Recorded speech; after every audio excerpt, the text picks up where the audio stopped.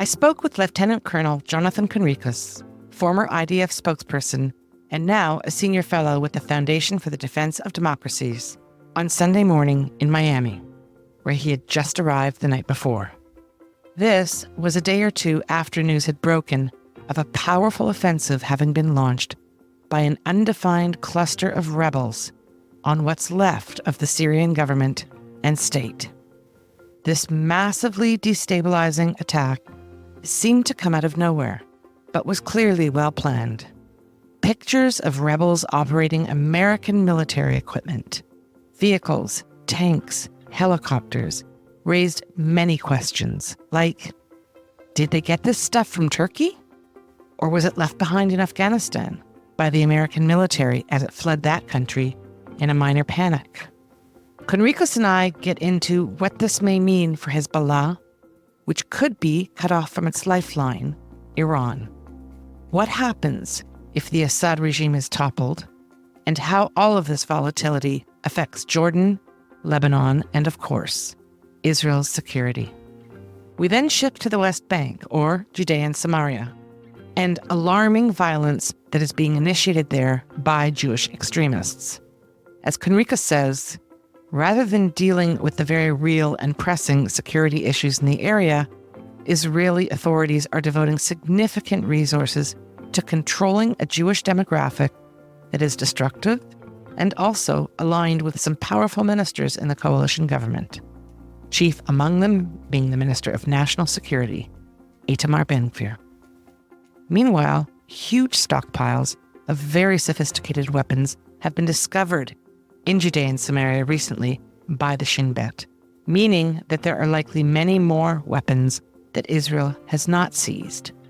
Long overlooked due to the urgencies in the Gaza Strip and on the Northern Front since October 7th, Conricus warns the attention of the military, security, and political leadership of Israel should be focused there, on the West Bank. And it is not. And then we finish with the never-ending agony of the hostages, a discussion which is intertwined with some rather serious questions as to what exactly Israel is doing these days in the Gaza Strip. We know that reservists, who are essential for the army's operation, are also demoralized and disillusioned. Approximately 25% of those being called up in recent weeks, often for a third tour of duty in the last year, after more than 200 days already served in the last year, 25% of reservists are now saying, no, we're done. People are proud, people are Zionists, people are strong, people want to fight and understand how important it is to fight in order to defend Israel, and that there are real bloodthirsty enemies that need to be defeated. But what people are signaling is that, well, there is a certain limit to it. And if you continue to constantly prioritize other parts, politically speaking, then we will voice our discomfort with that. And those are dangerous long-term events for the state of Israel, things that we just can't allow. We can't allow that level of fragmentalization and erosion of society. We need to have leadership that represents the mainstream of Israel. We need to have leadership that unifies and brings together, that provides vision and hope, and that reflects the priorities and the values of the Jewish spirit and of Jewish people. Getting our hostages back, I think, should be top priority. That comment is made by Jonathan Conricus at about the 44-minute mark in this podcast, give or take. Just to give you a flavor of how close to the bone we get today. It has been an exhausting year, and still we find ourselves in such a vulnerable state and place. It is long past time, he and I agree, for our leaders to get serious about resolutions and to bring our hostages home. If not, what exactly is the point of all of this? I'm Vivian Berkovich, former Canadian ambassador to Israel, and on this fine Tuesday evening, December 3rd, 2024, allowing myself to hope that this time we really will bring home all of the hostages so that we can begin to focus on the present and the future and not just make it from moment to moment. Stay with us. Always good to see you, Lieutenant Colonel Jonathan Conricus, even jet-lagged as you are at the moment. How are you? I am well, thank you. Not so jet-lagged, but well. Very good to hear. It's 1:45 on Monday, December 2nd in Israel, which means it's 6:45 a.m. where you are in South Florida. That's correct. So why don't we start by discussing the very dramatic and deeply concerning events that have transpired in Syria in the last few days? Yeah, you could think, people asked me a week and a half ago when the ceasefire was announced in Lebanon, and then a few people said, well, now things are going to calm down, we'll have ceasefires all over, and the whole Iranian axis is going to apply less pressure on Israel, and Israel will have time to replenish its stocks and rest and recovery for the fighters and for the systems, perhaps to start looking at investigations and inquiries. So the events in Syria, and we're just at the beginning. I think what is happening now in Syria has the potential of really shifting the balance significantly for Israel, for Syria, for Iran, for Hezbollah, for the Russians, and of course for the Syrian regime and the Turks. It has possible ramifications for Jordan as well. Really a big event, which I think was set into motion by the first domino was Israel defeating Hezbollah, or Israel delivering a very severe military blow to Hezbollah and weakening Hezbollah. And that, I think, made it possible for Turkish-backed and other more independent jihadi and anti-regime forces in Syria to launch an offensive in northern Syria. And as we're speaking, they're making their way south. They started in Aleppo, gone through Idlib, and they're on their way and already nibbling at Hama. And it's happening as we speak. It has lots and lots of ramifications. I don't think we have time to go into all of it. I'll focus on what this means, what this could mean, in my perspective, for Israel. The biggest thing that matters is that Syria, for basically since 2013, perhaps even before that, Israel has been conducting the so-called Mabam, the campaign between wars, which main goal was to intercept Iranian weapons that were being transferred from Iran via Iraq through Syria and eventually into Lebanon, into the hands of Hezbollah, or forward deployed in Syria, in southwestern Syria, in order to be kind of a advanced stationing position against Israel. And for many years, Israel spent tremendous resources in trying to mitigate that, with partial success. But the Iranians didn't establish the foothold that they wanted in Syria. They continued to provide weapons to Hezbollah, which of course we've seen over the last year, the tremendous amounts of weapons that Hezbollah has been able to stockpile in Lebanon. But Syria really was the key to Hezbollah's ability to acquire weapons and a very important part in the Iranian puzzle, or the Iranian ring of fire around Israel. Now, what's happening now, or what may be happening, is destabilizing. And many, many years of Iranian investment in Syria, in propping up the regime, in sending so-called advisors and fighters and various militias that the Iranians cobbled together from east of Iran, from Pakistan, Afghanistan, and other places, there's a risk that whole strategy will be falling apart, and that now Hezbollah will be without a clear axis of logistics, no clear way of replenishing their capabilities, and that will have a tremendous influence on Israel, on the state of Lebanon, and it may kick into motion real long-term change in Lebanon, because Christians and Sunnis and Druze might see this and understand, what's pretty obvious, that Hezbollah is in strategic logistic trouble and they might go in for an offensive. There's still a lot of things that need to happen for this to really become reality, and we're not quite there yet. It's only in northern Syria, and for this to really influence Hezbollah and the Syrian regime, these rebel forces, the jihadists that are in the north really have to make their way towards Damascus and southern Syria.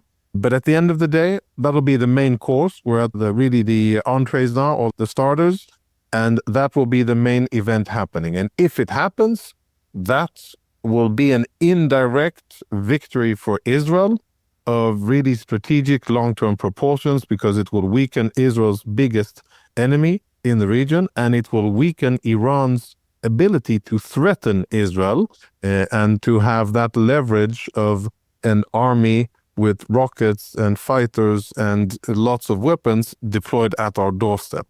So really big events. And then, of course, lots to speak about other countries as well. This could destabilize Jordan, and it could cause a lot of problems on the Golan border for Israel. We've been there before. I personally served on the Golan Heights in 2011 to 2013 when the war in Syria was raging. And I saw the interactions between the IDF and jihadists and Syrian rebels on the other side. I saw the cruelty of both regime forces and Syrian rebels as they were fighting each other on the Golan Heights. And I don't look forward to having jihadists on our Syrian border. That is not a good situation, and we'll see how Israel can maneuver its way around that, if it can. It's a restive place, right? It's very close to the surface, this level of resentment towards the Syrian regime. There's lots of grassroots hatred towards the regime.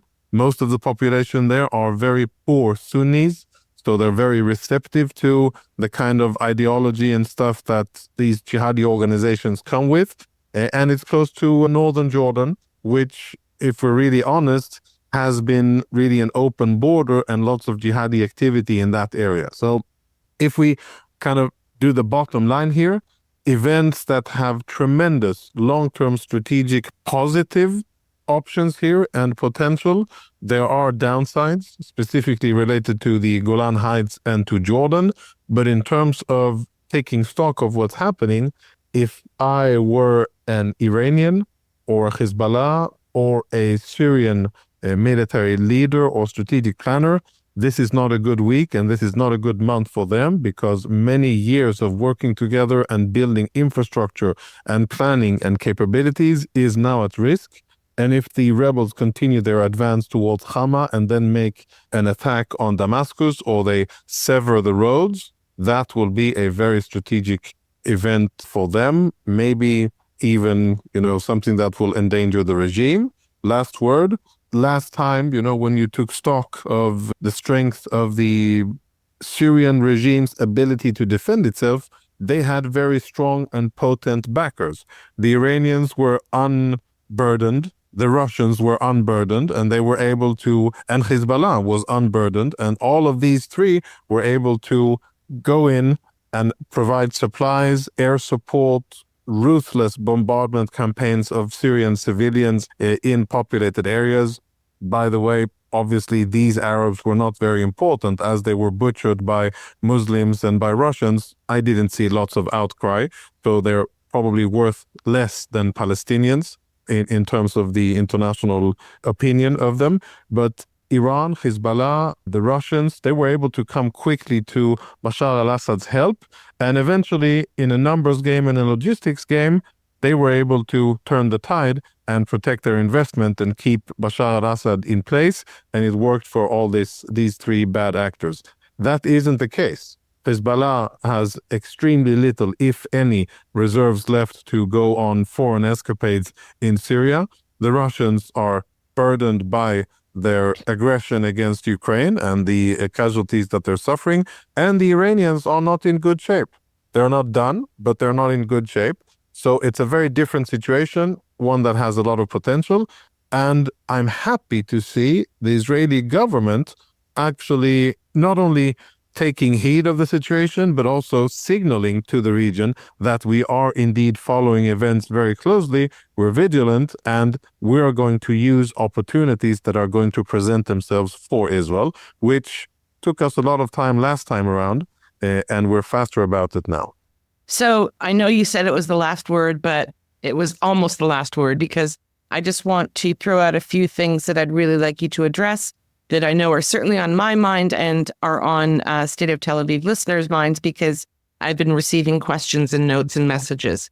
I think it's important for our listeners to understand that the Assad family, which rules what's left of the state of Syria, which is a very small part of Syria that they actually control, that they are from a sect of Islam, the Alawite sect, that I believe is about 10% of the population of what used to be Syria.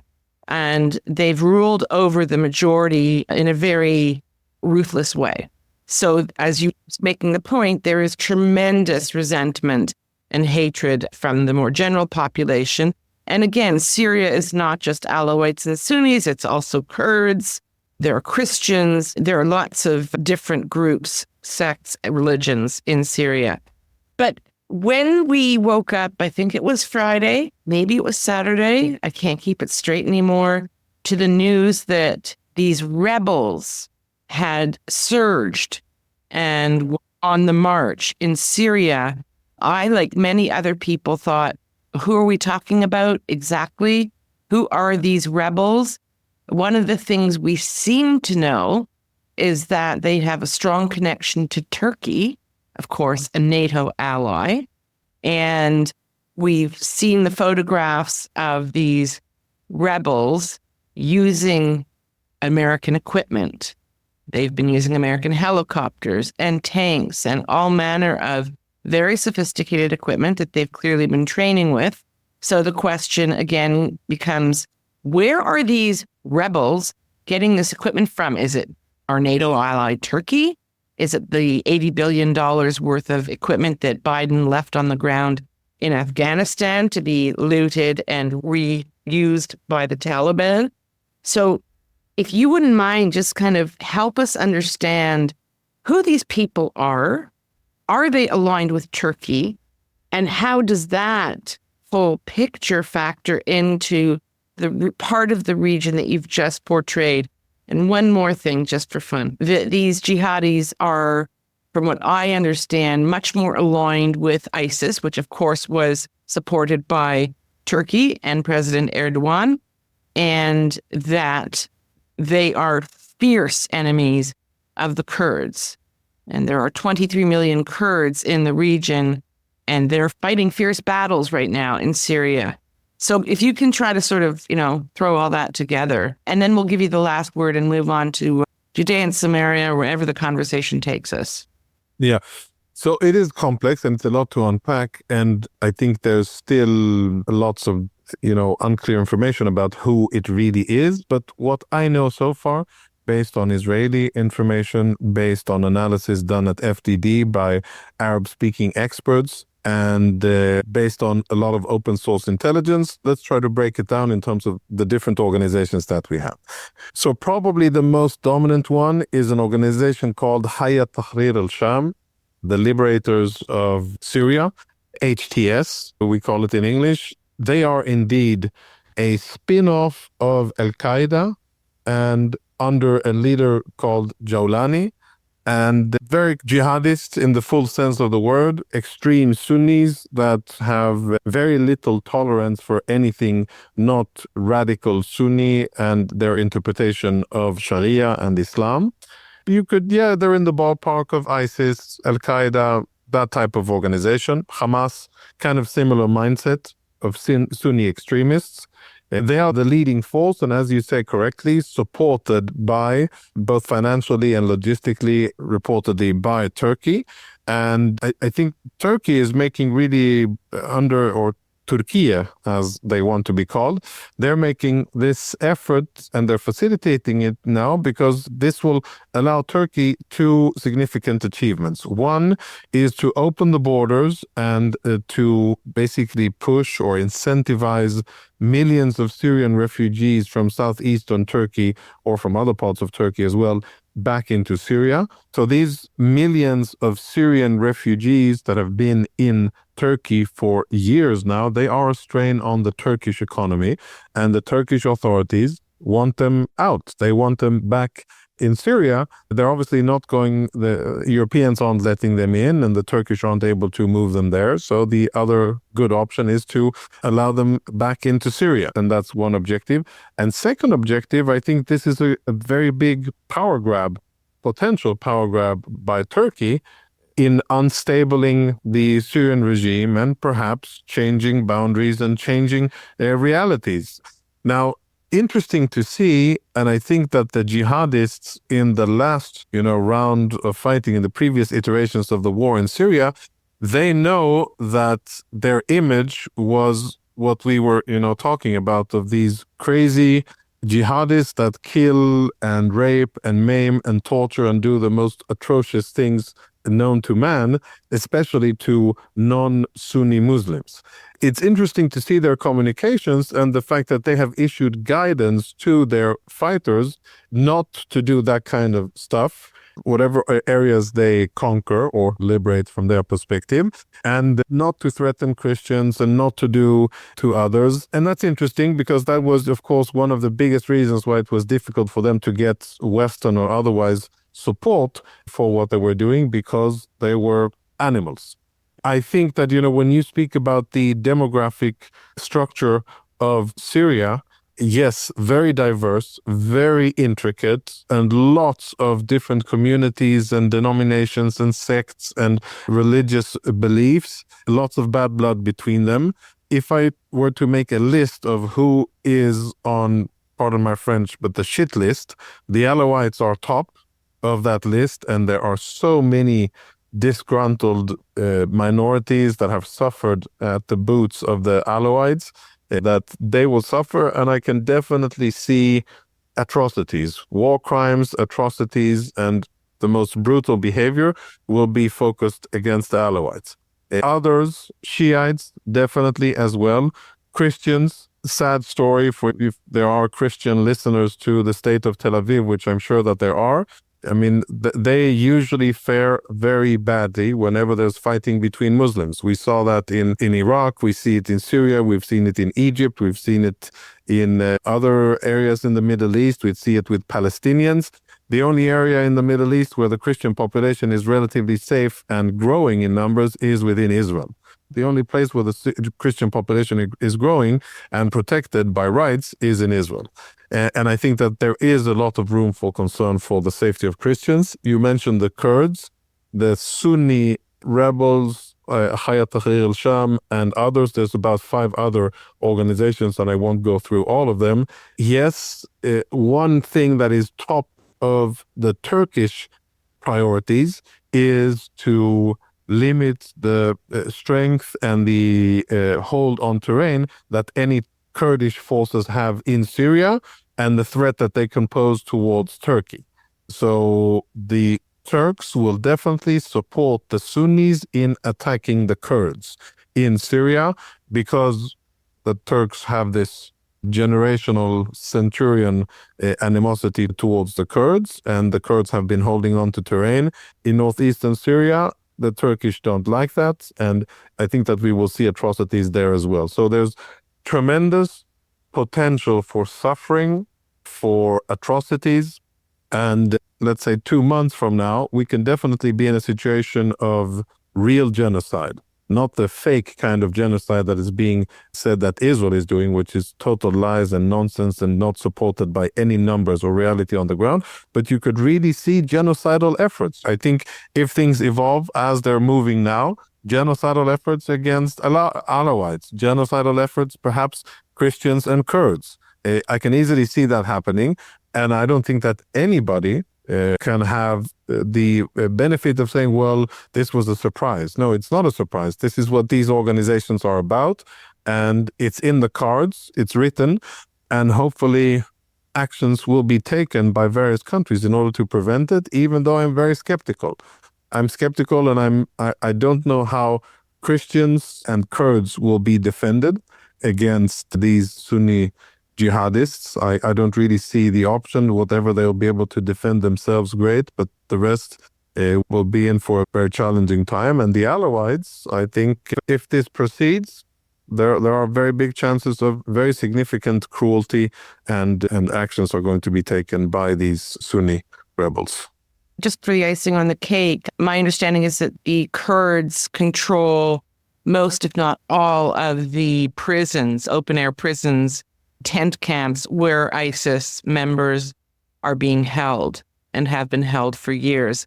And so I was reading about concerns that they may not be able to continue to control and contain those former and current members of ISIS. We're taking a short pause here for two reasons. To allow you a moment to digest all of that, which was a lot, and also to remind our more than 7,000 subscribers that we would appreciate you supporting us with a paid subscription. If you are still here, then we are delivering value. There is nothing of greater value than your time. Please demonstrate your appreciation of our podcast. We put a lot of time and effort and heart and soul into this work. So please show us the love. And to those of you who do support State of Tel Aviv financially, we are boundlessly and eternally grateful. I mean that. Now, let's get back to this important conversation, Jonathan Conricus, and we move to the West Bank. But let's move on now, shall we? In the interest of time. The Judea and Samaria, the West Bank. We have had a number of concerning developments there, particularly with respect to the Shin Bet discovering, learning of huge weapons caches and the movement into Judea and Samaria of significant weapons. What can you tell us about those events? Yeah, so it's beyond that. And I think we owe it to our listeners, because this doesn't get, I think, enough bandwidth in international media and in mainstream media. It kind of gets brushed aside for a number of reasons. One reason is that there's a lot going on. Syria, ceasefire in Lebanon that is partially holding, fighting in Gaza. So, I mean, there's only so much attention to go around, and Judea and Samaria usually gets on the back burner. Israel also has a strategic interest to communicate less about what's happening in Judea and Samaria, and therefore there's less focus on it. But bottom line, when I scan horizons and when I think of where do we have the biggest potential for escalation and for fighting, for me the answer is pretty simple, and it is Judea and Samaria. Just this week, or just within the last 5 days, we've had fixed wing aircraft attack on cells or squads of terrorists in Tulkarem and in Jenin. We've had multiple clashes between Israeli security forces and various terrorists in Jenin, in Tulkarem, in Nablus, and in other parts of Judea and Samaria, with lots of casualties. I think it's about 10 or 12 dead terrorists, in the sense that they got their martyr posters, and they were flamed by various terrorist organizations, Hamas, Islamic Jihad, and others. And as you alluded to, quite a significant catch in a joint operation by ISA, Shabak, IDF, Israeli police, where they intercepted what I think was an absolutely massive shipment of high-level weapons that the Iranians tried to smuggle into Judea and Samaria, and it was intercepted along the Jordan Valley in a joint effort by security forces. You know, the reason with all business related to smuggling is that usually authorities, whether it's, in the US, Europe, Israel, wherever, usually you catch less than a third. If you're good, usually it's less than a third. And when I look at the weapons that the Israelis intercepted here, RPGs, advanced anti-tank missiles, heavy machine guns, standard explosives, claymores, and other equipment. Of course, rifles, sniper rifles, scopes, night vision, etc. All of this is really high-level stuff. This isn't, makeshift leftovers from somewhere. This is high-level nation-state capability weapons, specifically concerning our anti-tank missiles of high quality. And that was intercepted, which, begs the question, okay, what didn't we intercept and what is now in the hands of Palestinian terrorist organizations in Judea and Samaria? The answer is we don't know. We can assess that there are indeed weapons in these hands, and that this indicates that this area, Judea and Samaria, will continue to be volatile. We'll continue to see fighting there. We'll continue to see sophisticated attacks, attempted attacks against Israeli military and civilian targets. And this will be a restive and unquiet area for the foreseeable future, with lots of potential to escalate. On the positive side, however, and this goes back to the beginning of our conversation, the weapons that the Israeli security forces intercepted, they came in through Syria. It's a well-established Iranian effort, Iraq, Syria, northern Jordan, and then from northern Jordan across the Jordan Valley into Israel and Judea and Samaria, specifically the northern part of Samaria. That route will now come under duress. I don't know if it's severed yet because it's in the southern part of Syria and there's no significant military activity of the rebels there yet. But the events in Syria will affect this as well. So terrorist organizations in Judea and Samaria, they've been, overwhelmed by the amount of weapons that the Iranians have been able to pump in, and that has shown in terrorist and military activity against Israel. Now, that may also change, and that's a positive thing. But bottom line, the situation in Judea and Samaria is extremely tense. We have, and I think we should be fair and cover what Jews are doing as well. A lot of Israelis and Jews are doing things that are simply unhelpful and wrong. Violent attacks against Palestinians and not even taking the law into their own hands, but breaking the law and really conducting attacks in various places. That doesn't help, and it puts a lot of strain on Israeli security forces. Instead of fighting terrorists, they're busy running around fighting Jewish extremists, and that is not a good situation at all. So there's a lot of negative potential in Judea and Samaria, one that I hope doesn't materialize. But I think we should definitely be aware of it. And Jewish extremists, of course, who are kind of aligned in terms of values and beliefs and political views with our Minister of National Security, Itamar Ben-Gvir.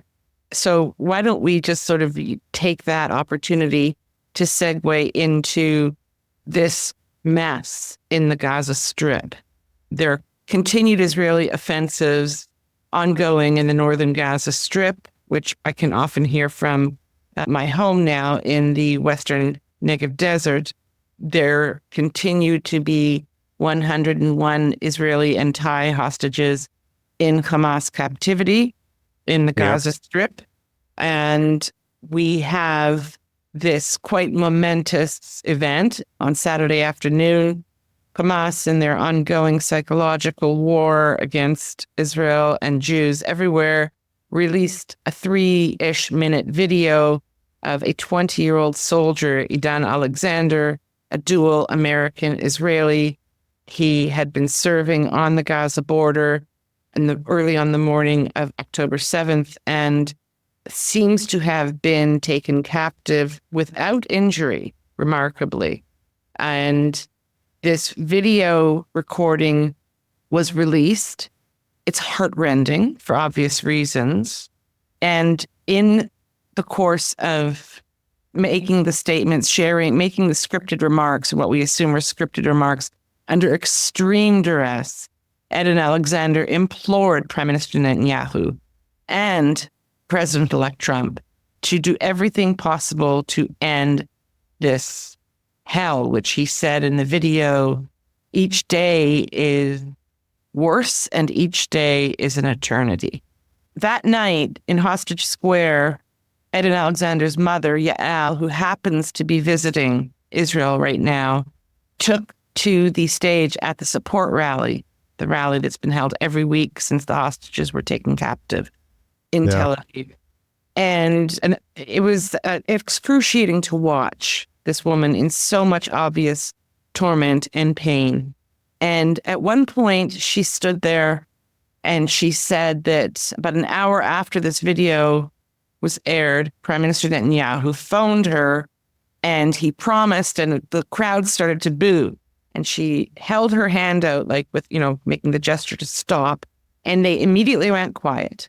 And she said, no, he promised me that now that he has a ceasefire in Lebanon, now that he has pretty much degraded, militarily destroyed Hamas as much as is reasonably possible, that the time has come, finally, to make the hostages and the negotiation of some form of deal for their release a priority. And she said, basically, let's give him a chance. Let's see what comes.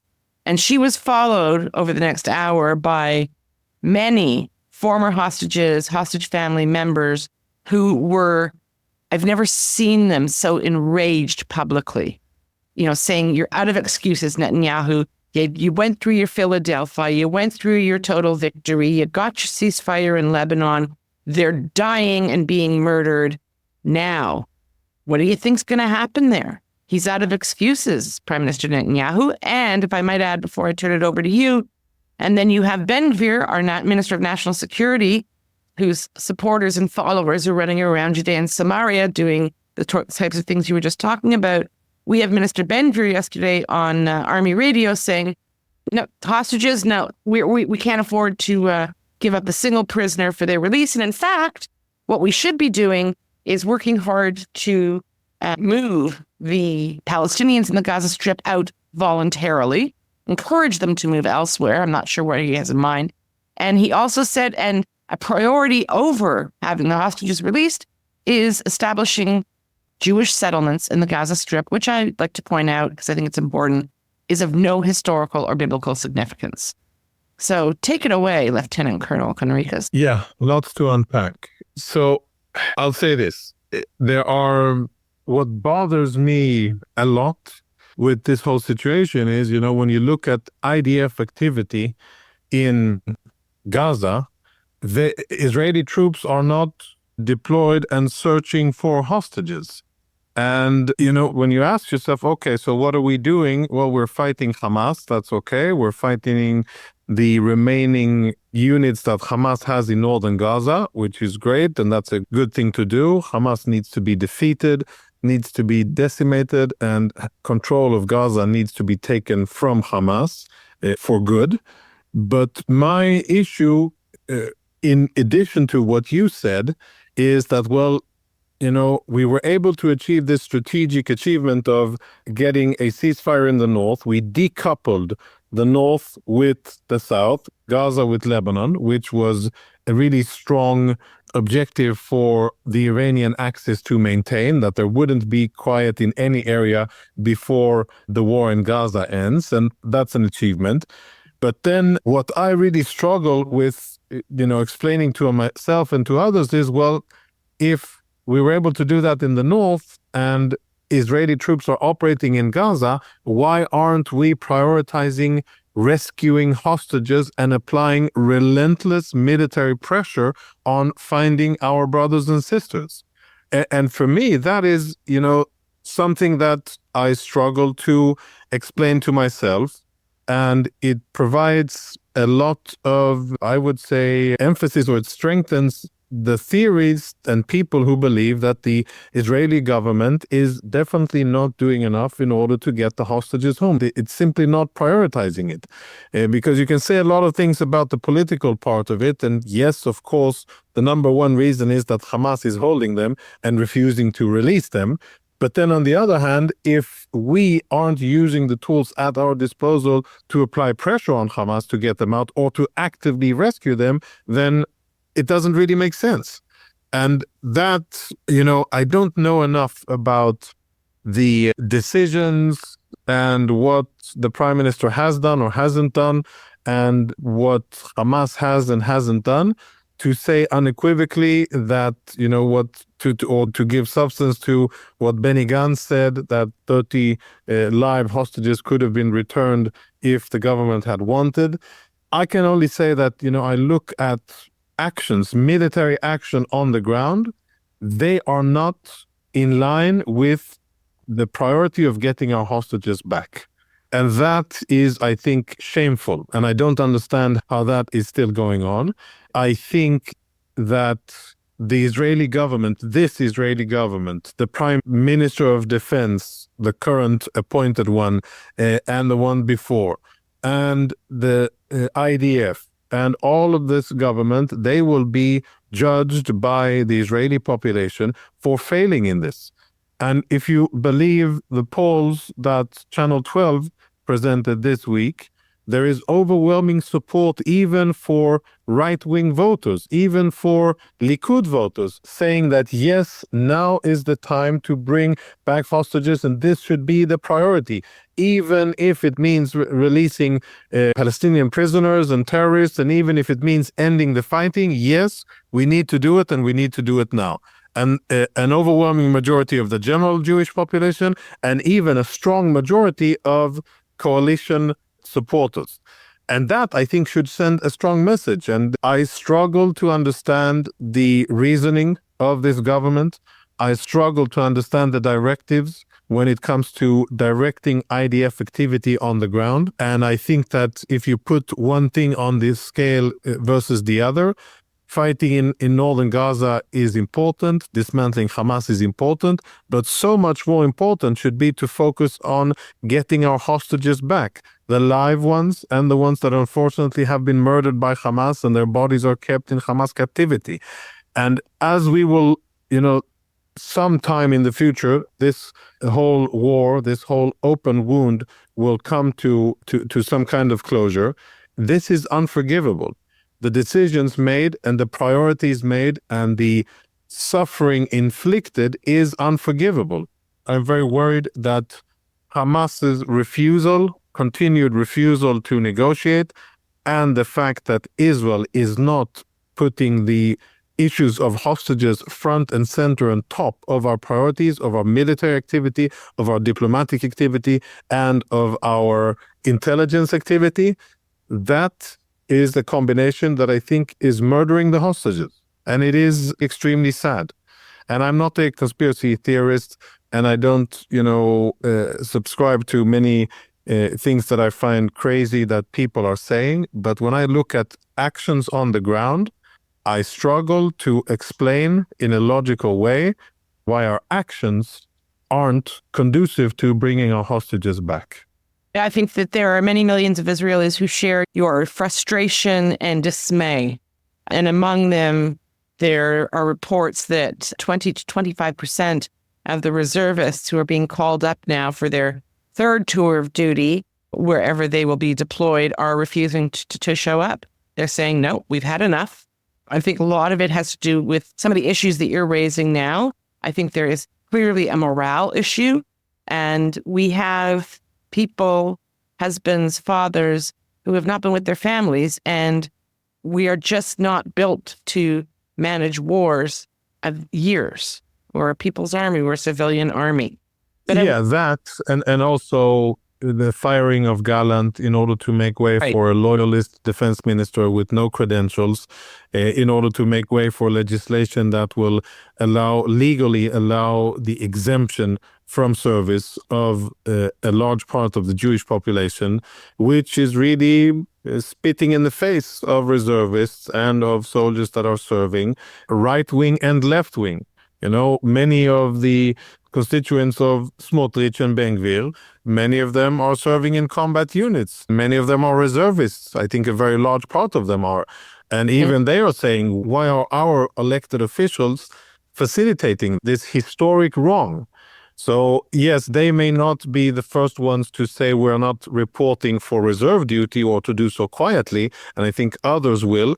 But at the end of the day, these are very dangerous and erosive processes that are happening as a direct result of the mismanagement and the decisions that are being made by the government. And it's reversible. It can be done differently. If different decisions are taken, and if things are communicated differently, and if priorities are set in a different way, then I think this is all reversible. People are proud. People are Zionists. People are strong. People want to fight and understand how important it is to fight in order to defend Israel, and that there are real bloodthirsty enemies that need to be defeated. But what people are signaling is that, well, there is a certain limit to it. And if you continue to constantly prioritize other parts, politically speaking, then we will voice our discomfort with that. And those are dangerous long-term events for the state of Israel, things that we just can't allow. We can't allow that level of fragmentalization and erosion of society. We need to have leadership that represents the mainstream of Israel. We need to have leadership that unifies and brings together, that provides vision and hope, and that reflects the priorities and the values of the Jewish spirit and of Jewish people. Getting our hostages back, I think, should be top priority as Jews, as Israelis. That should be where our priorities are. And as you say, that these, what I would agree, are very questionable decisions and policies that have been made until now. They are reversible. And the plea of Yael Alexander to Prime Minister Netanyahu on Saturday night was, you have the power. You have the power to resist. She didn't say Ben Gvir, but the Ben Gvirs and the Smotriches in your government, use it. You just simply have to be strong and stand up to them, whatever the outcome may be. We have to bring these people home, as you and I have talked about many times. This goes to the core ethos, principle, foundation, morals of this country. And so on a last quick-ish but very important note, because it's getting a lot of attention and will only get more. Now, in the following segment, you will notice that Conricus and I are both very careful not to repeat the quite inflammatory allegations and comments made on Sunday by Bogi Ya'alon, former IDF Chief of Staff, who also served as Minister of Defense from 2013 to 16 under Prime Minister Benjamin Netanyahu. In recent years, Ya'alon has turned on Netanyahu, and his lashing of the Prime Minister on Sunday publicly has caused extreme consternation and concern. Rather than getting into the detail of exactly what Ya'alon said, I have included a reference to a newspaper article in the podcast notes that provides the detail.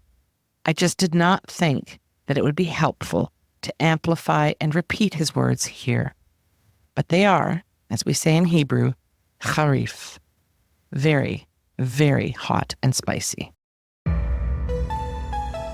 On Sunday, yesterday, former Chief of Staff and Minister of Defense who served under Benjamin Netanyahu in the mid-2010s, Moshe, known more frequently as Bogi, Moshe Ya'alon, he was also in the course of two interviews, I believe, one for sure with Channel 12, I'm not sure who the other one was with, but he made the point, he stated twice that what Israel is doing militarily in the Gaza Strip is really highly questionable. I don't want to directly quote what he said because it's so damaging to the state and the state's interests, but it's being covered in the media. The New York Times, of course, has run a story, but he is calling into question the morality and ethics in a very serious way of the IDF. It's caused outrage. People are saying, what are you doing? And he's saying, what are we doing? I'm raising the alarm. Pay attention. We have to stop now. Definitely difficult. I should say that a lot of people, former security officials whom I trust and I respect their integrity, I believe in their integrity, including Gallant and Gantz, have come out very strongly against what Ya'alon has said and undermined it. from a factual point of view. And I think we need to have that in mind as well. I think I don't agree with what he says at the level of intention. I don't think that the Israeli intention is what he says that it is. But going back to what we spoke about before, what are our priorities and what are we doing? Yes, we need to defeat Hamas. Hamas is a monstrosity that needs to be defeated, and you defeat an enemy by inflicting pain. That's war. You inflict pain wherever you can, of course, according to international law, and you don't target civilians, but you inflict pain on your enemy and you bring your enemy to your knees. Part of that is fighting wherever the enemy has assets. The enemy has assets in Jabalia and in Sajaiya, and therefore the IDF is fighting there. What Yalon says a lot of credibility is that he's a former chief of staff. He knows, and he's been around the block many times, and I think he also has access to additional information from reservists, etc., who are part of what's going on. And I wouldn't brush aside what he says. I think that we Israeli decision makers and the IDF need to kind of pause and say, well, this is the look. This is how it is looking.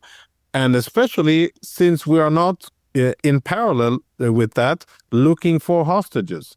If we were parallel to that, looking for hostages, conducting raids, searching, scouring above and below ground in Gaza every day and every night for hostages, then I could, much easier and more easily explain what was going on and discredit these allegations.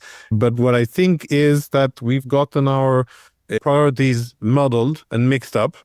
And I just say categorically, and I'll echo what you said in the beginning about Jewish settlement in Gaza.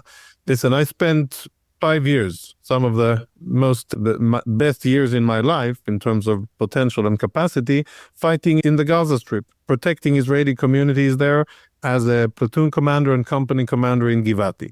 So I know and I witnessed firsthand all of the Israeli communities there, and I fought in all of the Palestinian cities, in Khan Yunis, in Rafah, in Deir el-Balach, and in Gaza City, Sajaiya, Jabalia, all the places that we speak about, been there, and I know how horrible they are.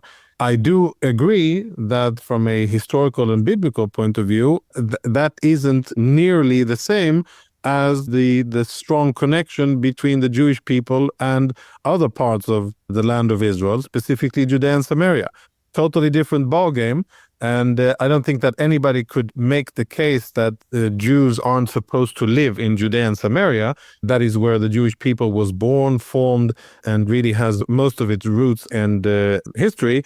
That is not the case for Gaza. There was one small historical reference of it, and no significant Israeli settlement there over the time. So I think that it doesn't make sense militarily, historically, strategically, and diplomatically for Israel even to be pondering settling Gaza. Yes, Hamas needs to be punished. Yes, Israel needs to take control of Gaza from the hands of Hamas and replace Hamas with another form of governance that is not crazy jihadist and intent on genocide in Israel, but it shouldn't be reflected by Israeli settlements in Gaza, because I think it is counterproductive and doesn't make sense. And I don't think that it is realistic for Israel to be speaking about moving or transferring people. That would have been great had that happened in the beginning of the war, would have saved so many lives if the Egyptians would have allowed Gazans out into a temporary refugee center, and then for Israel to have fought Hamas, defeated Hamas in a couple of months, and then for people to be able to go back. That would have been great. Lots of human suffering would have been saved, lots of damage and destruction would probably have been prevented, and resources and time and suffering would have been much better. But the Egyptians didn't, and we weren't able to facilitate that. So now it's not really an option. And what Israel needs to deal is the cards that it has, not something that we wish we had, and it's not so relevant. So I think, bottom line, what Yalon says is definitely hard to hear and listen to. I wouldn't discredit everything he says on a factual base looking at what Israel is doing. I would say that it is not the intent of what Israel is doing, but I would call on the IDF and the Israeli government to align our actions with what should be our priorities, I believe, and what I think most Israelis believe. Defeating Hamas, yes, and getting the hostages back, and not dealing with other things that may be part of dreams of some of the coalition partners. Well, let's hope, Jonathan Conricus, that when we speak next, that we have the hostages home, because if not now, when? And they really are out of time. Our conversation certainly reinforces that understanding, perspective, and it's just a reality and a fact. And I'll close on this unfortunate note that since hearing that Prime Minister Netanyahu phoned Yael Alexander on Saturday afternoon, we've heard nothing more. We've heard nothing from him. All we've heard is from his extremist National Security Minister, Itamar Ben-Gvir, that now's not the time. And so I despair, but I still hope. And thank you so much, as always, for your wisdom, insight, and thoughts, which people really need to hear. And there's so much value in what you communicate. Thank you so much for being with State of Tel Aviv. Thank you. Thanks for having me. And let's hope for, yes, victory, return of the hostages, and for us to be able to focus on rebuilding our country, our people, and our nation. Amen to that.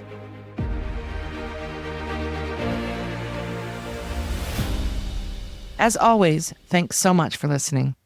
This was a particularly long and no-holds-barred conversation, but we must air these difficult topics. Israel is nowhere near out of the woods, and we really are running out of runway and time. As a general matter, we have so much awesome content, in fact, too much. So we'll be putting out more podcasts than usual in the coming weeks. And we have a significant product tweak or addition, depending on how you look at it, coming up. For me, it's major. More info on that in the next week or two. Until next time, stay safe. You can follow us at State of Tel Aviv, all one word, on Instagram, or at State of TLV on Twitter. We love hearing from you, so please comment on our website, stateoftelaviv.com, or send us a note to hello@stateoftelaviv.com. On behalf of the State of Tel Aviv core team, Jan Szabo, our creative, graphic, visual, and marketing man, Amir White, producer and editor extraordinaire, sound guy, who is also impressively patient with me and my boomer tech deficiencies, and our social media manager, who pitches in on everything, Maya Naftalin. Thanks to the team. Thanks to you for being here. We'll be back soon.